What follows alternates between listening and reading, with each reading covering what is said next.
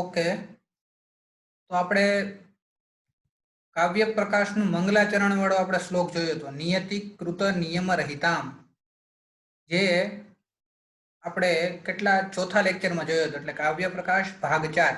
આનો જે વિડીયો છે એકવાર જોઈ લેજો અને પછી પાછું આનું રિવિઝન કરજો, કારણ કે આમાં જે હવે આપણે સંસ્કૃત મૂળ ટેક્સ્ટ આપણે ભણીએ છીએ એનો જે વિસ્તૃત પ્રશ્ન હતો. હવે એ આપણે ઓવરવ્યૂ જોઈ લીધા પછી, આખો ગુજરાતીમાં પ્રશ્ન જોયા પછી હવે આપણે કાવ્ય પ્રકાશના જે પહેલા ઉલ્લાસમાં મમ્મટાચાર્ય એને કેવી રીતના એનું વર્ણન કર્યું છે, એટલે શ્લોક તો એવી જ રીતના છે, યથાવત નિયતિ કૃત નિયમ રહિતામ એવી રીતના, અને એનું વ્યાખ્યા કેવી રીતના કરી છે કે જેનું આપણે તો ગુજરાતી અનુવાદ જોયું, પણ સંસ્કૃતમાં એમણે કેવી રીતના લખ્યું છે, જેનાથી જ્યારે પ્રશ્ન પૂછાય ત્યારે શ્લોકે પૂછાઈ શકે, બ્રહ્માની સૃષ્ટિ અને કવિની સૃષ્ટિ એમ પણ પૂછાઈ શકે, અને જે વ્યાખ્યામાં અમુક શબ્દો આપ્યા છે હું તમને ઉદાહરણ આપતો જઈશ કે આવી રીતના પણ પ્રશ્ન પૂછાય તો જવાબ એક જ આવવાનો છે. કાવ્ય પ્રકાશનો ભાગ 4, કાવ્ય પ્રકાશનું મંગલાચરણ કે બ્રહ્માની સૃષ્ટિ અથવા કવિની સૃષ્ટિ. પણ એક જ જવાબ આટલા બધા પ્રશ્નોને લાગુ પડે છે, તો એ પ્રશ્નોનું તમને ગુજરાતી ખબર પડી જવી જોઈએ. તો એના માટે આપણે હવે જે ઓલરેડી જોઈ ચૂક્યા છીએ કાવ્ય પ્રકાશનું મંગલાચરણ, એનું જે મૂળ ટેક્સ્ટ આચાર્ય મમ્મટે લખ્યું છે જોઈએ છે, બરાબર. આપ તમને ઓલરેડી મેં વોટ્સએપમાં સેન્ડ કરી છે, તમને આમાંય કરું છું. આપણે જોયું હતું કે મંગલાચરણ કરવું જોઈએ પહેલા તો. શું કામ? કારણ કે ગ્રંથના આરંભમાં વિઘ્ન વિઘાતાય, વિઘ્નનો નાશ કરવા માટે સમુચિત ઇષ્ટ દેવતા, એટલે જે પોતાના ઇષ્ટદેવ હોય એમને ગ્રંથકાર છે પરામર્શતી, એનું ચિંતન કરે છે, પરામર્શ કરે છે. તો બસ ગ્રંથના આરંભમાં વિઘ્નનો નાશ માટે, એટલે નિર્વિઘ્ન ગ્રંથની સમાપ્તિ થાય એના માટે પોતાના ઇષ્ટદેવ એટલે કે આમાં વાણી સરસ્વતી છે એમને નમસ્કાર કરે છે, વંદન કરે છે ગ્રંથકાર. કેવી રીતના? તો કે નિયતિ કૃત નિયમ રહિતામ લાદૈકમયી પરતંત્રામ નવરસ રુચિરામ નિર્મિતિ માદધતી ભારતી કવેર જયતી.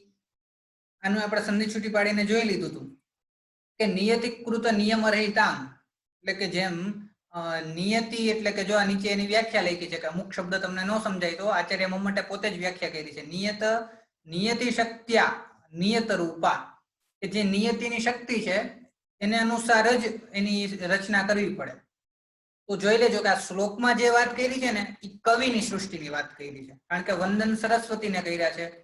તો કેવી રીતના વંદન કર્યા છે એ શોર્ટમાં આપણે જોઈ લઈએ કે આવી કવિની સૃષ્ટિ ને જે ધારણ કરે છે એવી કવિની વાણી, એટલે વાણીને જ માં સરસ્વતી કીધા છે આમાં.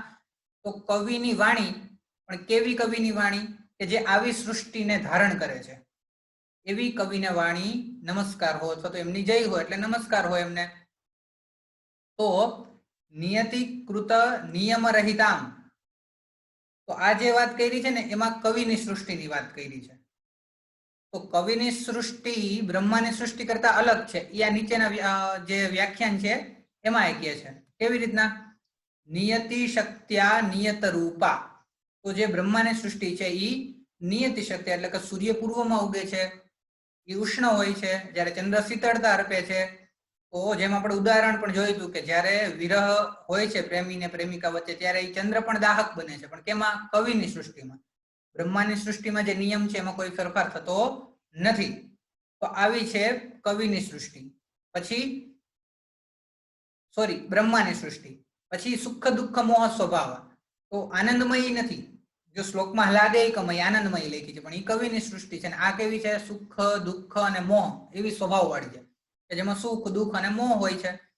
તો આ બીજું થયું. ત્રીજું અનન્ય પરતંત્રામ, શ્લોકમાં લખ્યું છે એ કવિની સૃષ્ટિ છે. તો બ્રહ્માની સૃષ્ટિ કેવી છે? મમ્મટ કહે છે પરમાણુ આદિ ઉપાદાન કર્માદિ સહકારી કારણ પરતંત્ર. આપણે 3 કારણ જોયા હતા. ઘડો બનવા માટે કયા 3 કારણ જવાબદાર છે? એક તો માટી, કુંભાર, અને જે ચાખડા ઉપર ફરતો હોય એટલે કે કપાલનો સંયોગ. કપાલ એટલે કે ચાખડો. 3 કારણ જવાબદાર છે, એ કારણથી જ ઘડો બને છે. તો એવી જ રીતના બ્રહ્માએ પણ એવું જ કરવું પડે કે આપણા આગળના જન્મના કર્મના આધારે આપણે આગળનો જન્મ નક્કી થાય, પૂર્વ જન્મના આધારે. તો એમણે એ આધીન રહેવું પડે છે આપણા કર્મો ઉપર. પણ કવિને એવો કોઈ નિયમ લાગુ પડતો નથી, એટલે કે અનન્ય પરતંત્ર નથી, એટલે કે સોરી અન્ય પરતંત્ર નથી. એટલા માટે જો લખ્યું છે શ્લોકમાં અનન્ય, અન્ય એટલે બીજા ઉપર આધારિત, ન અન્ય એટલે કોઈના ઉપર આધારિત નહીં, એટલે ન અન્ય અનન્ય. તો કેવી છે? અનન્ય પરતંત્ર છે કવિની સૃષ્ટિ. જ્યારે બ્રહ્માને તો આધાર રાખવો પડે છે, આધીન છે, એને સૃષ્ટિની રચના કરવી. તો ષડ્રસાહા નચરદ્યૈવ તૈહિ તાદૃશી. અને ષડ્રસ છે કેમાં? બ્રહ્માની સૃષ્ટિમાં. જ્યારે શ્લોકમાં જો કવિની સૃષ્ટિમાં કેટલા રસ કીધા છે? 9 રસ. તો આ જે 6 રસ છે, કડવો તીખો, એ પણ કેવા? તમે એક ધારા એનો આનંદ કે આસ્વાદન કરી શકો નહીં. જ્યારે કવિની સૃષ્ટિમાં જે 9 રસ છે, શૃંગાર, વીર વગેરે, એને તમે સતત જો એનો આનંદ કરો તો તમને મજા આવે. પણ આમાંથી તમે જો કોઈ પણ એક રસ વધારે પડતો એનો આસ્વાદન કરો તો તમે કંટાળી જાઓ. તો તાદૃશી બ્રહ્મણો નિર્મિતિ, એટલે કે નિર્માણ, તો એવી છે બ્રહ્માની સૃષ્ટિ. તો આવી બ્રહ્માની સૃષ્ટિ છે. અને એતદ વિલક્ષણા, આનાથી વિરુદ્ધ આચાર્ય મમ્મટ એમ કે છે કે અમે અત્યાર સુધી આ વ્યાખ્યામાં જે કીધું ને એ બ્રહ્માની નિર્મિતિ છે. અને આનાથી વિરુદ્ધ મેં આખા શ્લોકમાં કેનું વર્ણન કર્યું છે? જે કવિની નિર્મિતિ, એટલે કે કવિની સૃષ્ટિ છે. તો આમ બ્રહ્માની સૃષ્ટિ અને કવિની સૃષ્ટિ પહેલા તો અલગ છે, વિરુદ્ધ છે. કવિની સૃષ્ટિ વિલક્ષણ છે, અને જે કવિની સૃષ્ટિ છે એકદમ વિશિષ્ટ છે. તો આવી જે કવિની વાણી છે એ એની શું થાય છે? જય થાય છે, એટલે કે કવિની સરસ્વતી. તો આવી એકદમ સરસ મજાની સૃષ્ટિને ધારણ કરવા વાળું કોણ? કવિની વાણી, એટલે કે કવિની સરસ્વતી. અને એને જય હો, જય હો એટલે એના જય હો શબ્દ દ્વારા શું કહેવા માંગે છે? એમને નમસ્કારો. જો લખ્યું છે જયતી ઇત્યર્થેન નમસ્કાર આક્ષિપ્યતે ઇતિ તામ પ્રત્યસ્મી પ્રણત ઇતિ લભ્યતે. એટલે જય હો એવું આપણે કહીએ ત્યારે કોઈને નમસ્કાર કરીએ છીએ. તો ટૂંકમાં આમાં જે શ્લોકમાં કીધું છે એમાં કવિની સૃષ્ટિ કીધું. પછી સમજાવ્યું એમણે કે ભાઈ જો આવી બ્રહ્માની સૃષ્ટિ હોય, અને મેં તમને જે શ્લોકમાં કીધી કવિની સૃષ્ટિ છે, અને એને ધારણ કરવા વાળી સરસ્વતીની શું હો? જય હો, એટલે કે એમને નમસ્કાર હો. આવી રીતના આચાર્ય મમ્મટ આખું સમજાવે છે એવી રીતના કવિની સૃષ્ટિ ચડિયાતી છે. આ જ મંગલાચરણ છે. આમાંથી કોઈ પણ વસ્તુ પૂછાઈ શકે, કેમ જે એતદ વિલક્ષણા તું આ પૂછાઈ જાય, એતદ વિલક્ષણા તું કવિવાંગ નિર્મિતિ, એમાં જ જવાબ આવશે આનાથી વિરુદ્ધ કવિની સૃષ્ટિ છે. આનાથી વિરુદ્ધ એટલે બ્રહ્માથી વિરુદ્ધ. એ તમારે આખું આ પ્રશ્ન તો આ જ લખવાનો છે. આવી રીતના એનો રેફરન્સ કરીને કે આ જે પંક્તિ છે એ પંક્તિ કેમાં આપેલી છે? પહેલા તો એ પંક્તિ આપેલી છે કાવ્ય પ્રકાશના પ્રથમ ઉલ્લાસમાં. ક્યારે આપી છે? જ્યારે એ પેલા બ્રહ્માની સૃષ્ટિની વાત કરે છે, ને પછી આ પંક્તિ લખતા એવું કહે છે કે આના કરતા વિલક્ષણ કવિની સૃષ્ટિ છે. એ આપણે વિસ્તારપૂર્વક જોઈએ, ને એવી રીતના આખો પ્રશ્ન પછી તમારે લખવાનો છે. તો આમાંથી કોઈ પણ પૂછાય તો તમને શબ્દ ઉપરથી ખબર પડી જવી જોઈએ કે આ મંગલાચરણનું જે વ્યાખ્યાન છે અથવા તો એનો જે શ્લોક છે એમાંનો શબ્દ છે. 1-2 વાર જોશો એટલે યાદ રાખવું નહીં પડે, ખબર પડી જ જશે. પછી આપણે જોયું હતું પ્રયોજનો. કાવ્યના પ્રયોજનો છેલ્લે જોયા હતા આપણે. કાવ્યના 6 પ્રયોજન છે, એમાંથી ખાલી 2 કવિને લાગુ પડે, 2 ફક્ત વાચકોને, અને 2 બંનેને, એટલે કે ઉભય પક્ષે. તો એ કાવ્યમ યશસ્યર્થ કૃતે વ્યવહાર વિદે શિવેતરક્ષતયે સદ્યઃ પર નિર્વૃતયે કાંતા સંમિતતયોપદેશ યુજે. તો આમાં કાવ્યના પ્રયોજન કીધા છે. જો આ પંક્તિ પૂછાઈ જાય તો પ્રશ્ન જ નથી, તમને સમજાય જ જાય કે આમાં કાવ્યના પ્રયોજન કીધા છે. અને એ પ્રશ્ન એવી રીતના લખવાનો કે પેલા એનો રેફરન્સ સંદર્ભ લખવાનો કે આ કારિકા કાવ્ય પ્રકાશના પ્રથમ ઉલ્લાસમાં મમ્મટ આચાર્ય મંગલાચરણ કર્યા પછી કાવ્યના શું પ્રયોજનો છે, એના શું ફાયદાઓ છે એ દર્શાવતા લખે છે, જેનો અર્થ આ પ્રમાણે થાય છે. પછી લખવાનું, એટલે આ રેફરન્સ બધી જગ્યાએ લખવાનું. કાલિદાસા દિનામ ઇવ યશ. હવે ઉદાહરણ આપે છે. આપણે જે ઉદાહરણ જોયા હતા આચાર્ય મમ્મટે જ આપેલા છે કે યશ મળે છે તો એનું ઉદાહરણ આપો. તો આચાર્ય મમ્મટે ઉદાહરણ આપી જ દીધું વ્યાખ્યામાં. તો આવું પૂછાઈ જાય કે કાલિદાસા દિનામ ઇવ યશ, એવો પ્રશ્ન પૂછાઈ જાય. તો એ તમારે આખો પ્રશ્ન જ લખવાનો છે. એમાં કાલિદાસની વાત વધારે કરવાની છે. તો કાલિદાસ વગેરેની જેમ યશની પ્રાપ્તિ થાય. પછી શ્રી હર્ષ વગેરે પાસેથી જેવી રીતના ધાવક એટલે કે ધોબી, એટલે કે બાણને આપણે ધોબી ક્યારે એવું કીધું હતું કે અથવા બાણ અથવા તો ધોબી, એમણે આખું રત્નાવલી નાટક બનાવ્યું હતું ત્યારે એને પૈસા આપ્યા હતા. તો એ એના દ્વારા એનાથી એમને શું પ્રાપ્તિ થઈ? ધનની પ્રાપ્તિ. તો પેલું યશ કોને પ્રાપ્ત થયો? કાલિદાસને. બીજું ધન કોને પ્રાપ્ત થયું? કવિ બાણને. કઈ રચના દ્વારા? રત્નાવલી. કોણે આપ્યું? તો લખ્યું છે આગળનો શબ્દ શ્રી હર્ષ હતા રાજા, એમણે આપ્યું. રાજાદી પછી ત્રીજું પ્રયોજન છે વ્યવહાર વિદે, એટલે તમને રાજાદિગત ઉચિતાચાર પરિજ્ઞાનમ. આવો પ્રશ્ન પૂછાય. આપણે વાત કરી હતી કે રાજા વગેરે પાસે આપણે જવું હોય તો કેવી રીતના આચરણ કરવું, અને એના ઉદાહરણમાં આપણે જોયું હતું કે વિજ્ઞાન શાકુંતલમાં એક જગ્યાએ કણવ ઋષિ શકુંતલાને શાસ્ત્રે જવાટાણે એક ઉપદેશ આપે છે કે ત્યાં તારે કેવી રીતના વ્યવહાર કરવો. તો અને જે ધૌમ્ય મુનિ હોય છે એ જયારે પાંડવોને વિરાટ રાજાને ત્યાં જવાનું હોય છે ત્યારે ઉપદેશ આપે છે. તો આવી રીતના વ્યવહાર કેવી રીતના લોકો સાથે આપણે વાત કેવી રીતની કરવા, એ ત્રીજું પ્રયોજન એને એમિયાલિટી છે, રાજાદિગત ઉચિત આચાર પરિજ્ઞાનમ. તો આ પંક્તિ પણ પૂછાઈ શકે. આદિત્યાદેર મયુરાદિનામ ઇવ અનર્થ નિવારણમ. પછી ચોથું જોયું આપણે શિવેત રક્ષતયે. શિવ એટલે કે કલ્યાણ, એનાથી ઇતર એટલે અકલ્યાણ એટલે કે અનર્થ. કોઈ મુશ્કેલી આવે જીવનમાં એ દૂર. કોને થઈ હતી એવી મુશ્કેલી દૂર? આદિત્ય એટલે કે સૂર્ય દ્વારા કોની મુશ્કેલી દૂર કરવામાં આવી હતી? મયુર વગેરેની.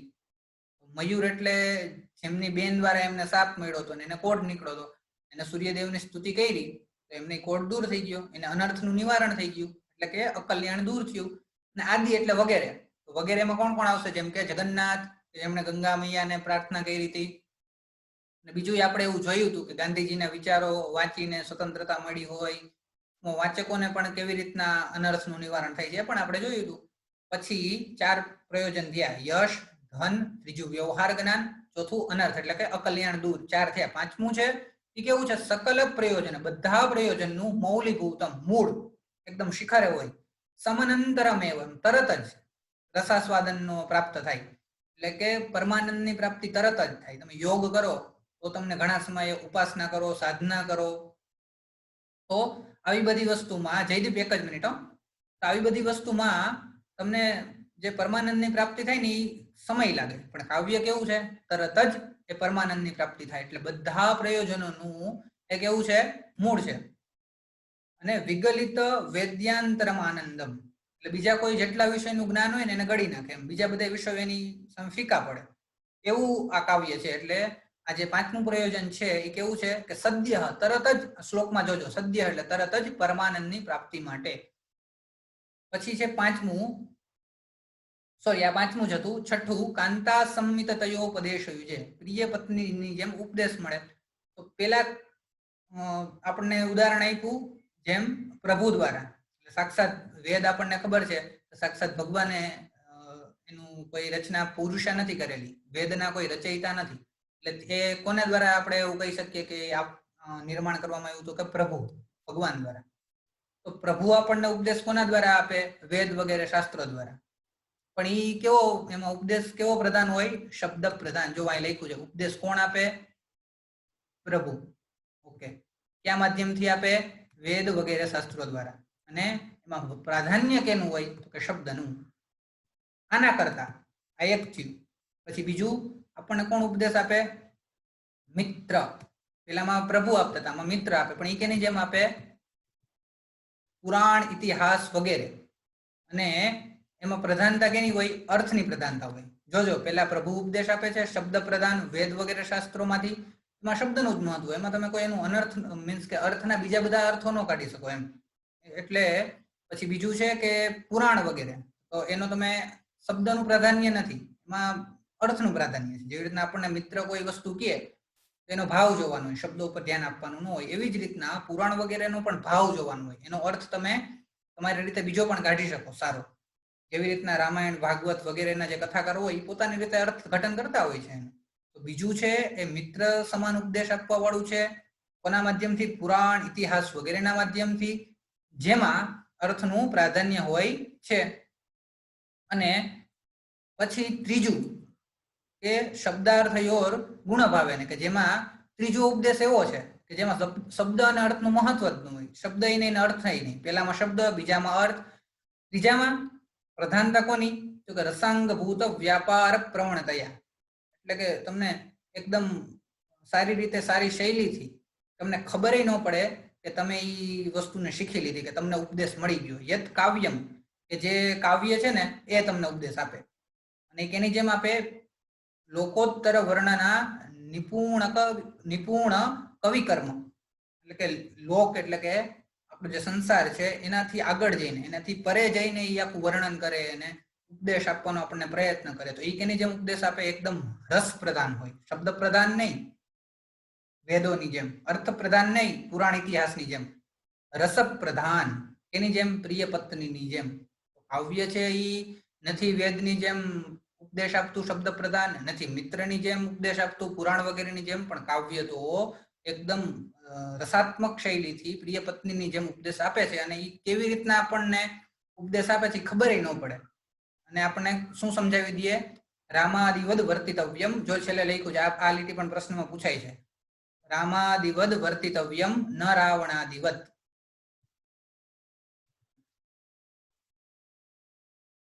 સરસતાપાદાનેન અભિમુખીકૃત્ય, એકદમ રસાત્મક શૈલીથી રામાદિવદ વર્તિતવ્યમ ન રાવણાદિવદ. રામ વગેરેની જેમ તમારે આચરણ કરવું જોઈએ, એટલે રામે જે સારા કર્મો કરે એવું કરવું જોઈએ, નહીં કે રાવણની જેમ. તો આ ઉપદેશ તમને રસાત્મક શૈલીથી પત્ની આપી દે, એવી જ રીતના કાવ્ય આપી દે. તો આવી જ રીતના જે વાચકોને જે તે પ્રયોજનોનો લાભ થતો હોય છે કાવ્ય દ્વારા. યથાયોગમ કવે હે સરદ યસ્ય ચ, કવિને પણ અને સરદ એટલે મેં તમને કીધું હતું એમને વાંચવા વાળા બંનેને ફાયદો થાય છે.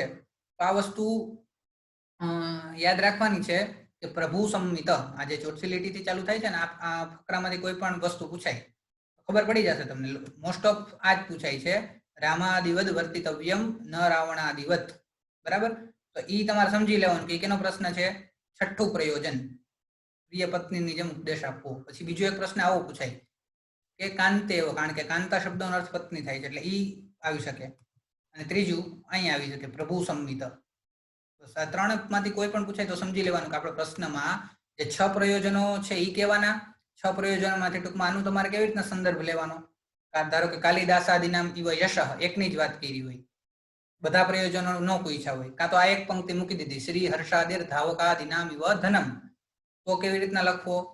તો કેવી રીતના લખવાનું? કેમ મંગલાચરણ કર્યા પછી કાવ્યના 6 પ્રયોજનો દર્શાવે છે આચાર્ય મમ્મટ, જેમાંથી 2 પ્રયોજનો કવિ માટે લાગુ પડે છે, 2 પ્રયોજનો વાચકો માટે લાગુ પડે છે, અને 2 પ્રયોજનો બંનેને લાગુ પડે છે. જેમાંનું એક પ્રયોજન છે એ છે પ્રિય પત્નીની જેમ ઉપદેશ આપવો, જેની આપણે વાત કરીશું. પછી તમારે બધું કહેવાનું કે કેમ શબ્દ પ્રધાન હોય છે એમાં કંટાળો આવે, બીજો અર્થ પ્રધાન એટલે કે મિત્ર ઉપદેશ આપે પુરાણ વગેરેની જેમ એમાં કંટાળો આવે, પણ ત્રીજો ઉપદેશ આવી રીતના તમારે કહેવાનું છે.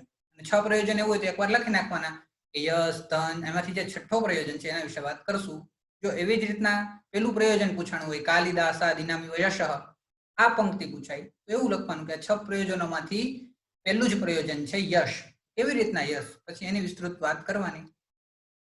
હવે એનું જ ગુજરાતી છે, એકવાર વાંચશો એટલે ખબર પડી જશે. મેં તમને જે કીધું ઈ જ છે, અને આપણે જે આગળનો લેક્ચર ભર્યા છીએ આના ઈ જ છે. એવમ અસ્ય પ્રયોજનમ ઉક્ત્વા કારણમાહ, તો આવી રીતના એનું પ્રયોજન કહી દીધું. પહેલા તો મંગલાચરણ થઈ ગયું, હવે પ્રયોજન કહી દીધું, પછી એના હેતુઓ કીધા. કાવ્ય બનવાના શું કારણો છે? કાવ્ય બનવાના કારણોમાં આપણે જોઈએ તો એક તો શક્તિ, એ જન્મથી જ હોય છે. બીજું નિપુણતા. નિપુણતા કેવી રીતના આવે? 3 વસ્તુનું નિરીક્ષણ કરવાથી, લોક, શાસ્ત્ર અને કાવ્ય. તો પહેલી શક્તિ, બીજું નિપુણતા, અને ત્રીજું કાવ્યજ્ઞ શિક્ષયાભ્યાસ. આ 3 હેતુ છે કાવ્ય બનવા માટે. કોઈ કવિ છે એ કાવ્ય બનાવે તેને પ્રેરણા કેવી રીતના મળે? કાં તો એનામાં જન્મથી શક્તિ હોય, કાં તો આ જે 3 વસ્તુ છે લોક, શાસ્ત્ર અને કાવ્ય, એનું નિરીક્ષણ કરીને એને શું કર્યું હોય? નિપુણતા મેળવી હોય, આ બીજું કારણ. અને ત્રીજું કાવ્યજ્ઞ શિક્ષયાભ્યાસ. 3 કારણો છે કાવ્ય બનવાના. હવે એનું એને વાત કરી કે શક્તિ એટલે શું? કે કવિત્વ બીજ રૂપ, કવિ પણ હોય છે કવિમાં, એ બીજ રૂપે જ તેમાં રહેલું હોય, જ્યારે નાના હોય ત્યારે જન્મથી જ રહેલું હોય, એ હોવું જોઈએ કવિમાં, તો જ એ કાવ્ય બનાવી શકે. બાકી કદાચ કાવ્ય બનાવે તો કેવું થાય? ઉપહસનીયમ. આનો અર્થ યાદ રાખવાનો. કોઈ પણ એક પંક્તિમાં એક શબ્દનો અર્થ યાદ રાખી લો એટલે ખબર પડી જાય કે ઉપહસનીયમ એટલે હસવું. હસવું એવી રીતના ક્યાં આવે છે કાવ્ય પ્રકાશમાં? તો કે જ્યારે કારણોની વાત કરે છે ત્યારે એવું કહે છે કે શક્તિ હોવી જોઈએ. કવિપણું પહેલેથી જન્મથી જ હોવો જોઈએ, એવો સંસ્કાર હોવો જોઈએ. બાકી કાવ્ય બની તો જાય પણ એ હાસ્યાસ્પદ થાય. તો આ પેલું થયું. બીજું લોક, તો લોકની વ્યાખ્યા કરી કે સ્થાવર અને જંગમ, ચર અચર, તો એ બધું એ આખા લોકનું નિરીક્ષણ કરેલું હોવું જોઈએ. કાલિદાસ કોઈ ફૂલની કે કોઈ પર્વત કે નદીની વાત કરે છે તો એ આખા લોકનું એને નિરીક્ષણ કરીને નિપુણતા મેળવી છે. પેલું લોક, એની નિરીક્ષણ કરવું, એટલે લોક એટલે કે સ્થાવર જંગમ વગેરે. પછી બીજું તો કે શાસ્ત્ર. શાસ્ત્ર કોને કહેવાય? તો કે શાસ્ત્રની પણ વ્યાખ્યા આચાર્ય મમ્મટે કરી. છંદ એટલે તમને જો શ્લોક બનાવવો હોય, કાવ્ય લખવું હોય તો તમને છંદ તો ખબર હોવી જોઈએ. પછી એમાં વ્યાકરણની ભૂલ ન થવી જોઈએ, એટલે વ્યાકરણ શાસ્ત્ર ભણવું જોઈએ. પછી અભિધાન, કોશકલા, કોષકલા એટલે એક શબ્દના મેં તમને કીધું હતું ઘણા બધા અર્થ હોય. તો આવી રીતના જે એના શાસ્ત્રો છે જે તમને કાવ્ય બનાવવામાં સહાયક બને છે એનું પણ નિરીક્ષણ તમારે કરેલું હોવું જોઈએ. આ 3 વસ્તુ યાદ રાખશો તો ચાલશે. છંદો, વ્યાકરણ, અભિધાન, કોશ, કલા, ચતુર્વર્ગ, ગજ, તુરગ, ખડગાદિ લક્ષણ ગ્રંથાનામ. અને એવા લક્ષણ ગ્રંથો છે ઘણા બધા કે જેનું તમે નિરીક્ષણ કરો તમારું કાવ્ય વધારે સારું બને. તો જો બહુ આચાર્ય માટે સરસ રીતે વાત કરી છે એટલે આપણે કન્ફ્યુઝ નથી થવાનું. પેલા શક્તિ, શક્તિ જન્મથી જ હોય છે કે જેના વિના કાવ્ય બને નહીં, અને બને તો પણ ઉપહસનીય થાય. આ પેલું થઈ ગયું પૂરું. બીજું શું છે કારણ? નિપુણતા. પણ નિપુણતા ક્યારે આવે એનું લખ્યું છે લોકશાસ્ત્ર અને કાવ્ય પંક્તિમાં, એનું નિરીક્ષણ કરેલું હોવું જોઈએ. પણ લોક કોને કહેવાય, શાસ્ત્ર કોને કહેવાય અને કાવ્ય કોને કહેવાય એની વાત કરી દીધી. આપણે લોકનું જોયું કે સ્થાવર જંગમ લોક. શાસ્ત્ર ક્યાં ક્યાં? તો કે છંદ શાસ્ત્ર, વ્યાકરણ શાસ્ત્ર. ત્રીજું કાવ્યાનામ ચ મહાકવિ સંબંધીનામ આદિગ્રહણાદિ ઇતિહાસાદિનામ ચ વિમર્શનાદ વ્યુત્પત્તિ. એટલે જે કાલિદાસ વગેરે જે કાવ્ય લખ્યા કે ઇતિહાસ ગ્રંથો છે, એવા બધા જે ગ્રંથો છે, રામાયણ છે, મહાભારત છે, આ બધા એકવાર તમે વાંચો તોય તમને શૈલી ખબર પડી જાય લખવાની. એ પણ તમને એટલે કે કાવ્યજ્ઞ શિક્ષયાભ્યાસ, એને કાવ્યનો અભ્યાસ છે એની સાથે ચર્ચા કરવી. કાવ્યમ કર્તુમ વિચારયિતુમ ચ યે જાનંતિ તદ ઉપદેશેન કરણે યોજને ચ પૌનઃ પુણ્યેન પ્રવૃત્તિ.